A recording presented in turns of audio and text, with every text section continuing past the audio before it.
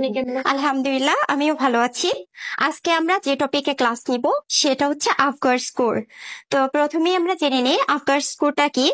তো আফগার স্কোরটা হচ্ছে এটা যে জন্মের পরপরই নবজাতকের সার্বিক অবস্থা অনুধাবন করার জন্য যে পর্যবেক্ষণটা করা হয় তাকে আফগার স্কোর বলে। আফগার স্কোরের টোটাল স্কোর হচ্ছে 10।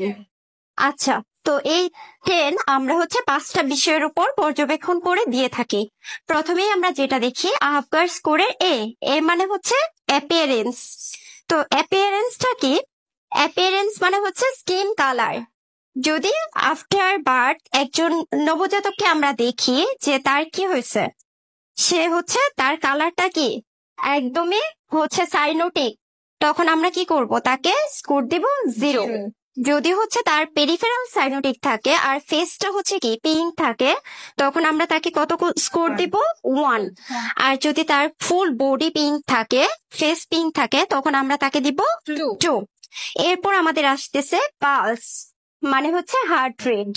এখন আমরা যদি কোনো নবজাতককে জন্মের পর হার্ট রেট না পাই, তখন আমরা তাকে দিব 0।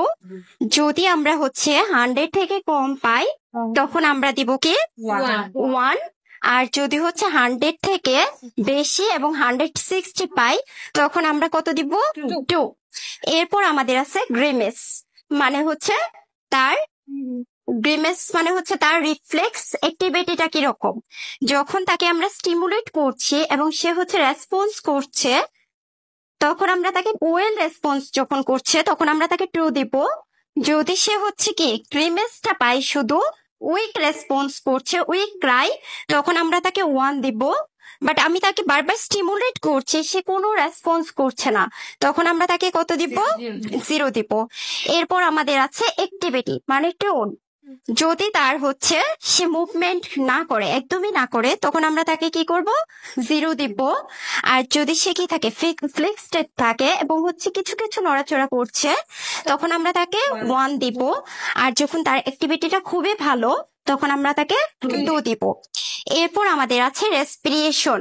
এখন রেসপিরেশন কি? যদি তার হচ্ছে রেসপিরেশন রেট নাই থাকে, তখন আমরা তাকে 0 দিব।